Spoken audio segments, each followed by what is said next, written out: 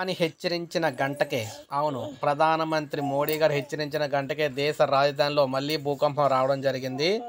So మీరు చూసుకున్నట్లయితే ఉదయం భూకంపం వచ్చిందని మళ్ళీ భూకంపం వచ్చే అవకాశం అయితే ఉందని దేశ ప్రజలకు ప్రధాని మోడీ గారు అయితే తెలియజేశారన్నమాట.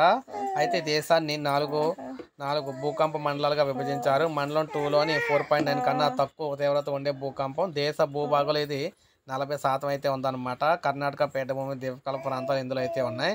అయితే భూకంపం మండలం 4లో అత్యధికంగా భూకంపాలు అయితే వస్తూ ఉంటాయి. ముఖ్యంగా ఇందులోని హిమాలయాల్లో భూకంపాలు అయితే ఎక్కువగా వస్తూ ఉంటాయి అన్నమాట. సాహసితంగా వస్తూ ఉంటాయి. ఇక్కడ ఢిల్లీలో మళ్ళీ ప్రకంపాలు వచ్చే అవకాశం అయితే ఉందని ప్రజలంతా అప్రమత్తంగా ఉండాలని ప్రధాని మోడీ సూచించిన సంగతి అందరికీ తెలిసిందే.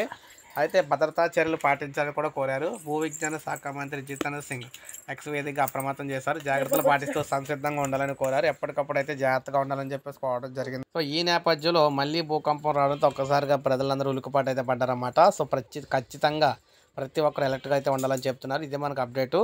ఒక లైక్ చేయండి, అందరికీ తెలుస్తుంది. సబ్స్క్రైబ్ చేసుకోకపోతే మన ఛానల్ సబ్స్క్రైబ్ చేసుకొని ఫాలో అవుతుండండి.